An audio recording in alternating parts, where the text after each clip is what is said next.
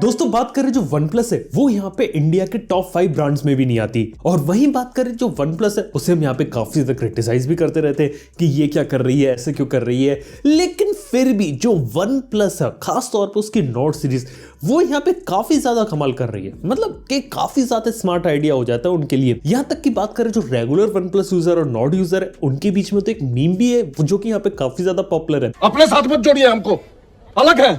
तो खैर आखिर वन प्लस नॉट में ऐसा है क्या, और क्यों वन प्लस के आगे की जो किस्मत है वो यहाँ पे नॉट बदल सकता, क्यों एक स्मार्ट आइडिया, इसके बारे में आज वीडियो में बात करते हैं। पसंद है तो लाइक करो, चैनल को यहाँ पे सब्सक्राइब करो आप लोग। सबसे पहले मैं बात करने वाला हूँ आखिर वन प्लस नॉट का इंसेप्शन कहां से हुआ था, शुरुआत कहां से हुई थी, और वो यहाँ पे शुरू हुआ था कार्ल पे ने।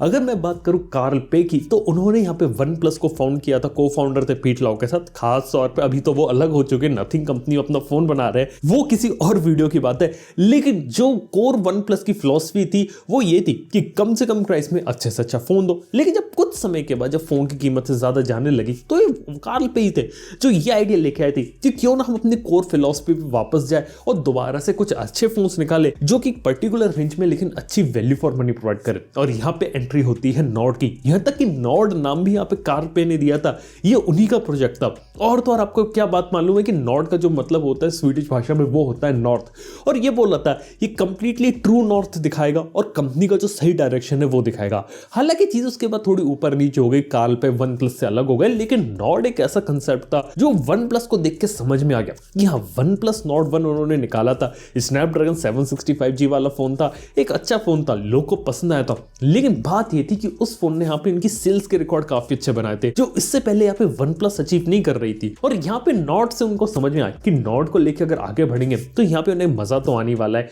इसके बाद कुछ दूसरे फोन निकाले थे N10 N100 जैसे, वो इंडिया में कभी आपको देखने को नहीं मिले, वो बाहर ही गए थे यहाँ पे। लेकिन इसके बाद वन प्लस को पता चल गया था कि वन प्लस नॉट यहाँ पे काफी सही फोन है। अगर हम लोग बात करें 2021 के one of the best selling phone one plus के कौन से थे, एक राज की बात बताऊं, उसमें वन प्लस 9 सीरीज दूर दूर तक नहीं आती। और पता वो कौन से फोन आते जो वन प्लस ने बहुत ज्यादा बेचे, नॉट CE और नॉट 2। बिल्कुल आपने सही सुना, मतलब कि वन प्लस के ये दो फोन इतने ज्यादा बिके कि उनकी ग्रोथ पिछले काफी लंबे समय बहुत ही ज्यादा जबरदस्त हुई और उन्होंने पैसा बनाया। और पता है इसके पीछे बिकने का इतना बड़ा रीजन क्या है यहाँ पे, वो है वन प्लस की यहाँ पे ब्रांड वैल्यू। देखो वन प्लस जब से शुरुआत में आई थी तो उन्होंने हमेशा से थोड़े से महंगे फोन निकाले थे, लेकिन उनके फोन के अंदर कंपटीशन के दूसरे फोनों के कंपैरिजन में बेटर स्पेसिफिकेशन होती थी, UI बेटर होता था, लोगों को ये चीज काफी ज्यादा पसंद आती थी। और इसीलिए जब से पहला वन प्लस वन आया था ना, उसके बाद से लेके जितने भी फोन थे ना, सबके रेट ये आगे चलते चलते बढ़ाते चले गए। बस यहाँ पे उनको प्रॉब्लम आती कि 3-4 सालों में उन्होंने अपने ब्रांड को एक प्रीमियम ब्रांड तो स्टैब्लिश कर दिया, एक टियर 1 कैटेगरी के अंदर आता है, लेकिन उनकी जो प्रेजेंस है मार्केट में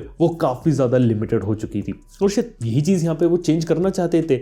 यहाँ तक कि वन प्लस के पास उनका जो सबसे बड़ा हथियार है वो है उनकी ब्रांड वैल्यू। यहाँ तक कि वन प्लस के नाम की भी बात करें ना तो आपको हल्का सा इंटरनेशनल फील आता है। Xiaomi, Huawei, Oppo, Vivo, iQOO, इन सब के बात करें तो नाम थोड़े बहुत अजीब लगते हैं, ऐसे नाम आपने कभी सुने नहीं होते और आपको लगता है कि होंगी कोई दूसरी कंपनी, किसी और देश की कंपनी होंगी, वो इंटरनेशनल फील नहीं आता। वन प्लस के नाम में थोड़ा सा इंटरनेशनल फील आता है कि हाँ इंग्लिश का लेटर है, एक वन है, एक प्लस है, मैथ्स को यूज कर रहे हैं, लेकिन एक चीज जो इंटरनेशनल वाला फील होता है वो यहाँ पे आता है। लेकिन बात ये कि डे वन से ये जो लोग हैं ये यहाँ पे फ्लैगशिप फोन बना रहे थे, और जैसे जैसे फ्लैगशिप फोन आगे करके निकाल रहे थे उनकी कीमतें ज्यादा हो रही थी, और जैसे जैसे वन प्लस मार्केट में पॉपुलर हो रही थी और जो लोग वन प्लस का फोन खरीदना चाहते थे उनके पास कोई ऑप्शन नहीं था। उनके पास बस ये ऑप्शन था कि ज्यादा पैसा दे, महंगा वन प्लस का फोन ले। अगर वो सस्ते में अगर एक वन प्लस का फोन लेना चाहते हैं वो चीज यहाँ पे अवेलेबल नहीं थी, और यही चीज वन प्लस ने यहाँ पे क्रैक करी और वन प्लस के लिए काफी एक स्मार्ट चीज बनी। जैसे कि पिछले साल उन्होंने नॉट CE निकाला, नॉट 2 निकाला, वो बिके। इस साल अभी उन्होंने नॉट CE 2 निकाला। मेरे को क्या लगता है कि वन प्लस अपने ऑक्सीजन OS के साथ यही चीज अगर आगे कंटिन्यू करेगी तो हो सकता है ये चीज यहाँ पे बेटर हो जाए। और अगर मैं ऑक्सीजन OS के बारे में बात कर रहा हूँ तो इतना मैं आप लोग को यहाँ पे अच्छे से बता सकता हूँ कि हम लोग यहाँ पे कितना भी क्रिटिसाइज कर ले ऑक्सीजन OS कलर OS के मर्जर को, लेकिन यहाँ पे लोगों को लिटरली कलर OS वाला ऑक्सीजन OS पसंद आया है। देखो पहली चीज तो फीचर्स काफी अच्छे मिल रहे थे जो लोग फोन में देखना चाहते थे। दूसरी चीज यहाँ पे एक क्लीन UI देखने को मिल रहा है। भले ही उन्होंने कलर OS से मर्ज किया है, लेकिन कलर OS में कुछ वर्जन में मैंने देखा ब्लोटवेयर आ जाते हैं, कुछ 1-2 वेबसाइट्स वगैरह भी दे देती है। वन प्लस ने चीज मेंटेन कर रखी है, bloatware free, ad free experience ये एक अच्छा काम किया उन्होंने यहाँ पे। इसी के साथ ही बात की जाए तो लोग जो वन प्लस को ऑफलाइन स्टोर्स में भी जाके ले रहे हैं, मतलब रिलायंस डिजिटल, क्रोमा में बिकता है। मैंने कुछ लोगों को सजेस्ट किया था कि वन प्लस नॉट 2 जाके ले ले, लेकिन उन्होंने जानते हो अमेजन पे अच्छी डील मिल रही थी, ऑफर मिल रहे थे, वहां से लिया ही नहीं। जो ऑफलाइन में स्टोर्स होते हैं ना, वहां गए 500 रुपए ज्यादा देके वहां से खरीदा। मतलब कि वन प्लस का जो ब्रांड परसेप्शन है ये यहाँ पे उनकी काफी ज्यादा मदद कर रहा है। इवन चाहे ऑफलाइन में ही बात कर ले वो एक चीज है, और शायद यही चीज वन प्लस को मालूम है और नॉर्ड के साथ ये लोग यही करना चाहते हैं। देखो वन प्लस देखा तो 2014 में शुरू हुई थी, लेकिन फिर भी अभी तक टॉप 5 ब्रांड में अपनी जगह नहीं बना पाई। उसके कंपैरिजन में रियलमी यहाँ शुरू हुई थी 2018 में, इंडिया में टॉप 5 में आते। उनका प्रोडक्ट पोर्टफोलियो वन प्लस से ज्यादा डाइवर्स है, ज्यादा नंबर ऑफ प्रोडक्ट्स देखने को मिलते हैं, ज्यादा लॉन्चेस करते हैं, तो काफी सारी चीजें करते हैं, लेकिन वो टॉप 5 के अंदर आते हैं। लेकिन इतने साल के बावजूद भी अगर मैं ओप्पो के साथ वन प्लस को मर्ज नहीं करूं तो टॉप 5 में नहीं आ पाते। लेकिन नॉर्ड के साथ ये लोग कहानी बदल सकते हैं, क्योंकि उनको मालूम है कि दूसरी कंपनी क्या है, सस्ते में फोन बेचती है, उनके फोन सस्ते में चल जाते हैं। लेकिन वन प्लस क्या है, यहाँ पे अपनी ताकत का फायदा उठा सकती है और अपने फोन को अगर थोड़े हायर प्राइस में बेचें तो लोग भी उसे खरीदने को तैयार है। इवन लोग तो इतने ज्यादा एक्साइटेड है कि वन प्लस अगर 25,000 के नीचे का फोन निकाले वो भी खरीद देंगे, यहां तक कि 20,000 रुपए के नीचे का फोन भी। इवन यहां पे एक रूमर चल रहा है नॉट CE2 लाइट का, जिसके अंदर बोला जा रहा है कि 20,000 से कम में वन प्लस अपना फोन लेके आने वाली है। शायद कुछ ही महीनों में यहाँ पे रिलीज हो जाए और शायद काफी सारे जो लोग जो 15-20,000 में फोन ले रहे थे वो यहाँ पे वन प्लस का नॉट CE2 लाइट ले ले।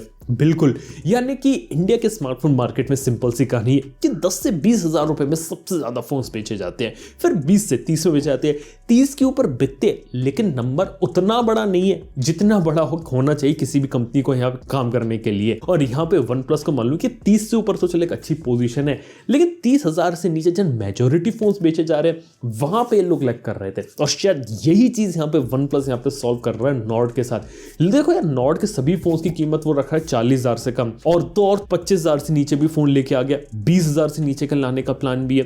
और यहाँ पे उन्हें मालूम है कि अगर वन प्लस अगर अपना एक फोन लेके आएगी और सामने भले ही कोई दूसरी कंपनी भी हो, लेकिन वन प्लस को मालूम कि शायद वो अपना फोन यहाँ पे बेच ले जाए। इसी फिलॉसफी पे यहाँ पे काम कर रहे हैं वो लोग, और देखते हैं यार आगे चल के क्या रहता है। क्योंकि वन प्लस का देखा जाए तो ट्रांजिशन कुछ ऐसे हुआ था कि एक एंथुसियास्ट ब्रांड थे, एक फ्लैगशिप लेवल का फोन बना रहे थे, प्रीमियम सेगमेंट में काम कर रहे थे, लेकिन कोई भी कंपनी प्रीमियम सेगमेंट में ज्यादा देर तक टिक नहीं सकती।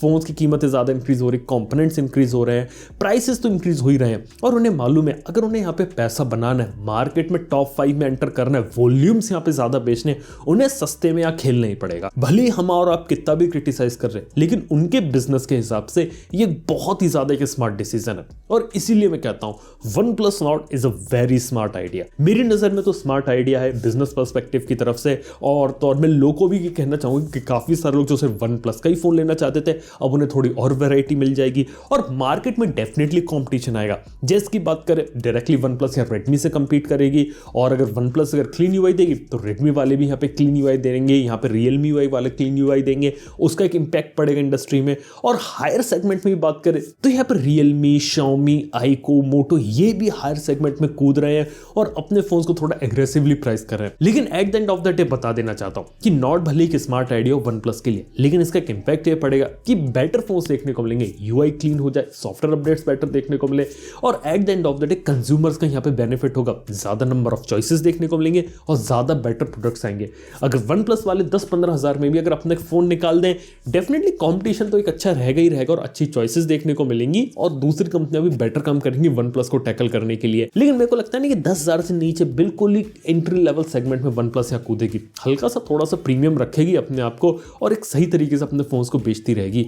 शायद आने वाले समय में वन प्लस जो है वो बिल्कुल सैमसंग जैसी कोई कंपनी हो जाए, क्या पता, ऐसा हो सकता है कि नहीं हो सकता, ये बात आप मुझे नीचे कमेंट में बताना ना भूलना।